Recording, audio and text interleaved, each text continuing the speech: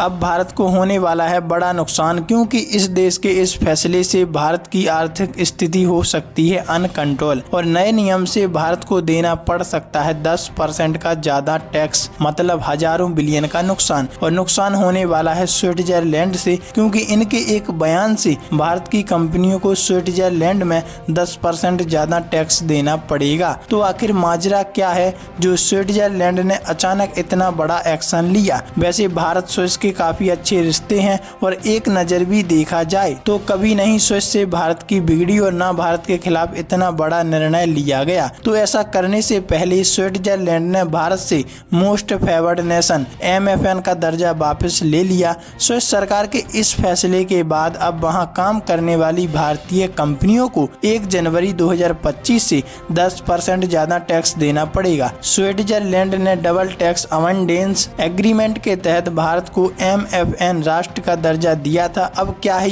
ये DTAA? तो ये है एक तरह का एग्रीमेंट। इसका इस्तेमाल दो देश अपने नागरिकों को कंपनियों को डबल टैक्स से बचाने के लिए करते हैं। इसके तहत इसमें कंपनियों या व्यक्तियों को उनकी सेवाओं या प्रोडक्ट्स के लिए दो अलग अलग देशों में अलग अलग टैक्स नहीं देना पड़ता। और ये कार्रवाई तब हुई जब भारत के सुप्रीम कोर्ट का फैसला उठा और ये फैसला पिछले साल नेस्ले से संबंधित था जो स्विस कंपनी है। इस मामले में सुप्रीम कोर्ट ने फैसला दिया था कि देश में DTAA तब तक लागू नहीं किया जा सकता जब तक कि इसे इनकम टैक्स के तहत नोटिफाई नहीं किया जाए।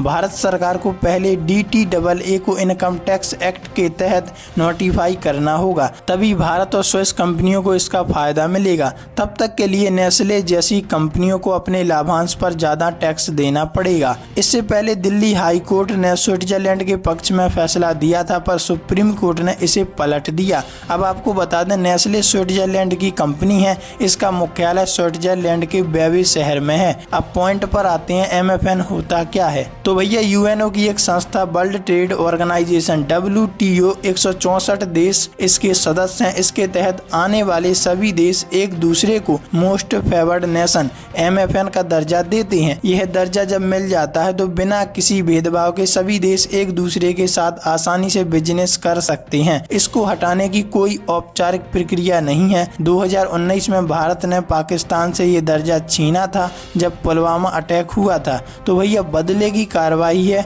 जो स्विट्जरलैंड ने की है। वैसे इस बारे में आपकी क्या ओपिनियन है? अपने प्यारे हाथों से कमेंट में जरूर लिखिएगा।